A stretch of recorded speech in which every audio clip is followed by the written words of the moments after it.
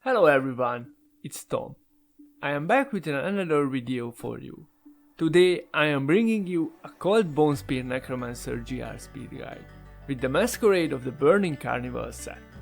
I will introduce this build with low gear, mostly non-ancient items with 800 Paragon level in an 80 level speed GR for a simple demonstration.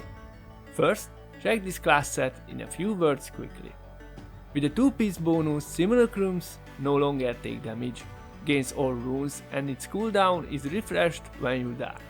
What does this mean for us? So this is a dedicated Simulacrum set, and Simulacrum became invulnerable and gains the effect of every rune. So the Simulacrum with this set, always summoned in a pair, saving the Necromancer from death by sacrificing themselves. All curses will be applied at once, provides plus 100% maximum essence and reduce life cost of blood skills by 75%. And lastly, this 2-piece bonus refreshes the skill massive 2 minutes cooldown when you die. And thanks to the 4-piece bonus, while you have a Simulacrum, damage is reduced by 50%, and damage you take is split with your Simulacrums as well. Important, with the Unity and an Undying follower, the two effects will stack, further reducing damage taken. The 6-piece set bonus increases the damage of Bone Spear by 10,000% for your own cast and grants triple this bonus to these duplicates cast by your Simulacrums. So the main damage dealer is Bone Spear with Crystallization rune. Thanks to this rune we should use plus cold elemental damage in our gear. There are some mandatory items in this build. Firstly, I would like to start with the cube choices. Jewelry slot. Thanks to the used class set, you couldn't avoid the Haunted Visions. The unique affix prolongs the duration of Simulacrum indefinitely, but also adds a considerable 1% of your max life over time cost. In addition, this amulet will prevent Simulacrums from casting Skeleton Mage, but instead will allow them to cast Grim Scythe. In armor slot, use Frostborn. The unique affix is subject to Proc coefficient of each special spells. Duration of freeze is 1 second. These gloves will proc Crispin Sentence Ring and provides damage increase for cold skills, which is up to 20%. As for the weapon slot, use Maltorius Pertified Spike. With this Bone Spear, now cast 40 essence and deals up to 700% increased damage. Unfortunately, the 40 essence cast is quite high. You need a good resource management. This will be one of the most important elements of this build. This will determine our further item and skill choices. Okay, let's see our items.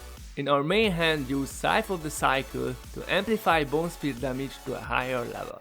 Secondary skills like Death Nova, Bone Spear and Skeleton Mage deal up to 400% additional damage while Bone Armor is active, but reduce the remaining duration of Bone Armor by 4 seconds. As for the offhand, this build is a cold based speed build, so lost time is an obvious choice. With this item, the cold skills reduce the movement speed of enemies by 30% and in addition increase our movement speed by up to 10% for 5 seconds, and this bonus stacking up to 5 times.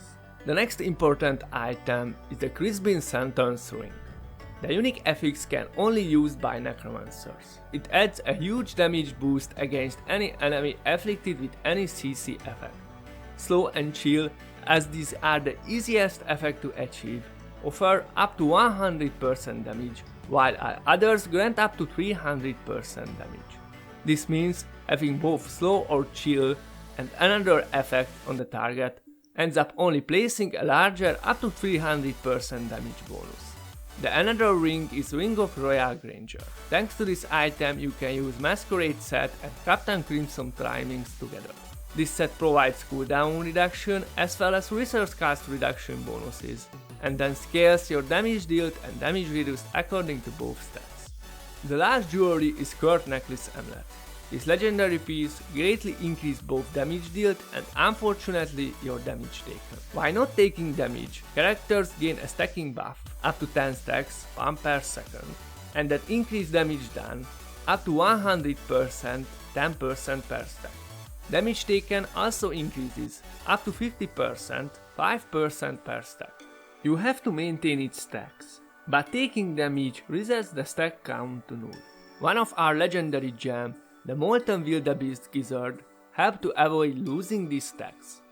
The last key item in this build, the Nemesis Bracers for more elites and progress growth.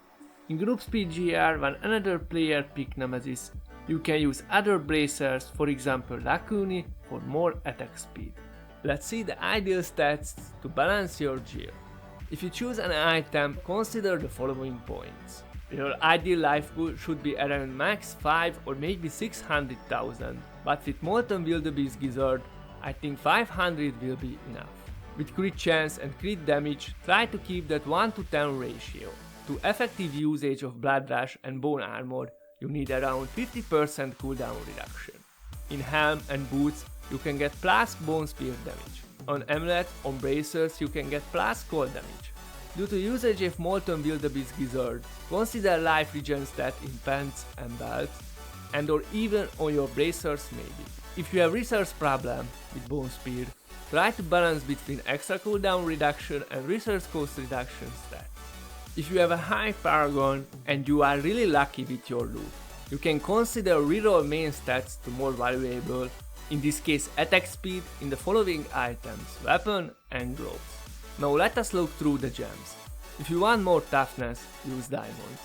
And if you want more damage, use topaz in chest and pants, but topaz increase your toughness via higher or resist. For more cooldown reduction, use diamond in helm. If you have a resource problem, use topaz here. In weapon, use emerald. Okay, the legendary gems. Bane of the Trap. It increases damage done to enemies under any CC effect. At rank 25, it also gives a permanent aura of minor slow, effectively making the gem always works against all enemies within 15 yards. The next is the Bane of the Powerful. It gives a temporary boost to damage after killing an elite monster pack. All enemies in the pack must be defeated before the gem's buff will activate. If you die while under the effects of this gem's buff, you lose the buff. Upgrading increases the duration. At rank 25, it also gives a damage bonus against elites and damage reduction from elites. And lastly, the Molten Wildebeest Gizzard. This gem increases life regeneration, and upgrading increases the life per second bonus. At rank 25, it also grants an absorption shield after not taking damage in 4 seconds. Potency of this shield depends on the character's current life per second. It helps maintain your skirt necklace stacks. To support this gem, use the life per second legendary potion and life per second stats on items. If you have a high Paragon and you can manage your skirt stacks without this gem, you should consider the usage of Zai Stones of Vengeance gem. Now let us look through the skills. First, the active skills. Just as important for Masquerade based build, Simulacrum needs to be part of your skill lineup. Due to the powers of the set, you will receive all the runes of the skills for free. This means the triple curse utility of Cursed Form, the Essence Reserve doubling reservoir, the extra cheat death procs of self-sacrifice, the blood skill cast reduction of blood depth, and the additional Simulacrum summon of blood and bone. Remember that the summons will now duplicate your secondary skills, like Bone Spear. So the primary damage dealer of this build is Bone Spear with Crystallization Rune. You will be augmenting the damage of this skill further with dedicated Maltorius Pertifat Spike and the Scythe of the Cycle. With Crystallization Rune, its damage type changes to cold, and each enemy hit has their attack speed reduced by 20%, while the Necromancer's attack speed is increased by 3% for 3 seconds, stacking up to 10 times. Unfortunately, with Maltorius Pertifat Spike, the research cost is quite high. Further skill choices will help with this. Next is the Lava. When cast, consumes all nearby monster corpses to replenish the Necromancer essence. This skill costs no essence to cast and has no cooldown, so with sufficient corpses it can be used again and again. So have to kill fast to enough corpse and essence. With rune choice we will support our resource management. This is Voracious. Reduces all essence cast by 2% for each corpse consumed for 5 seconds. This effect stacks for multiple casts up to 25 times. It's important in several ways. First, resource cost reduction. Second, thanks to the Captain Crimson 3-piece buff, your damage reduction will be even higher. And lastly, thanks to the higher damage reduction, your Molten Wildebeest Gizzard shield becomes stronger, so you can maintain your skirt stacks more easily. But the corpse and essence still could be a problem, so the Blood Rush with Molting Rune a good choice. It is a simple mobility skill, and Molting Rune leaves a corpse at the caster's original location when cast, so it provides a free corpse for Devourer. It could be useful against the Rift Guardian, especially with around 50% cooldown reduction. The next is Bone Armor with Dislocation Rune. When activated, damage nearby enemies within 30 yards, and for each target hit applies a stack of protection to the Necromancer that reduces all damage taken. This damage reduction is 3% per stacks, the max stacks is 10.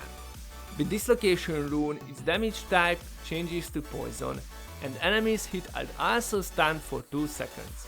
This skill is important in several ways. With Scythe of the Cycle weapon increase the Bone Spear damage, and thanks to the Dislocation Rune stun effect it procs Crispin Sentence Ring. With around 50% cooldown reduction, you are able to maintain this skill with 100% uptime, even with constant cast of Bone Spear. The next is Frailty.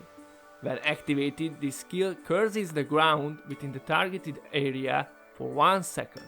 Any enemy touched by it will be cursed for 30 seconds.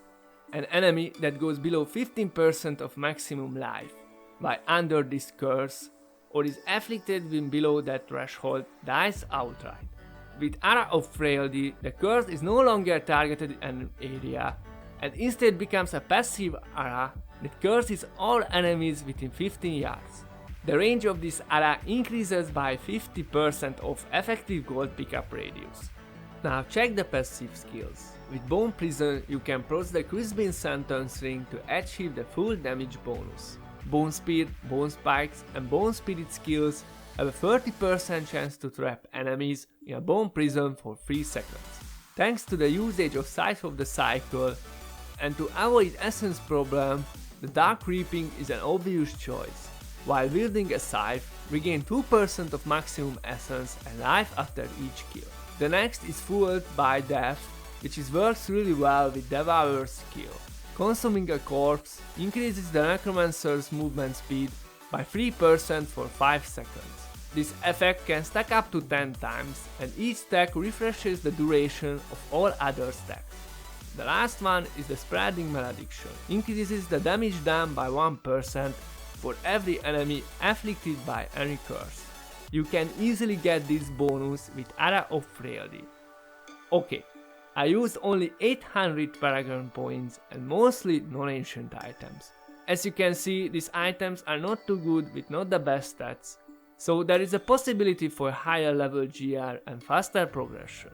I want to show you a basic build, which is easy to put together early in any season. I think we covered everything. You can find the DeFi Planner link in the description. Thank you so much for watching. I hope you have enjoyed this guide. If you would like to watch more, please don't forget to subscribe and give me a thumbs up. And see you in the next one. Peace.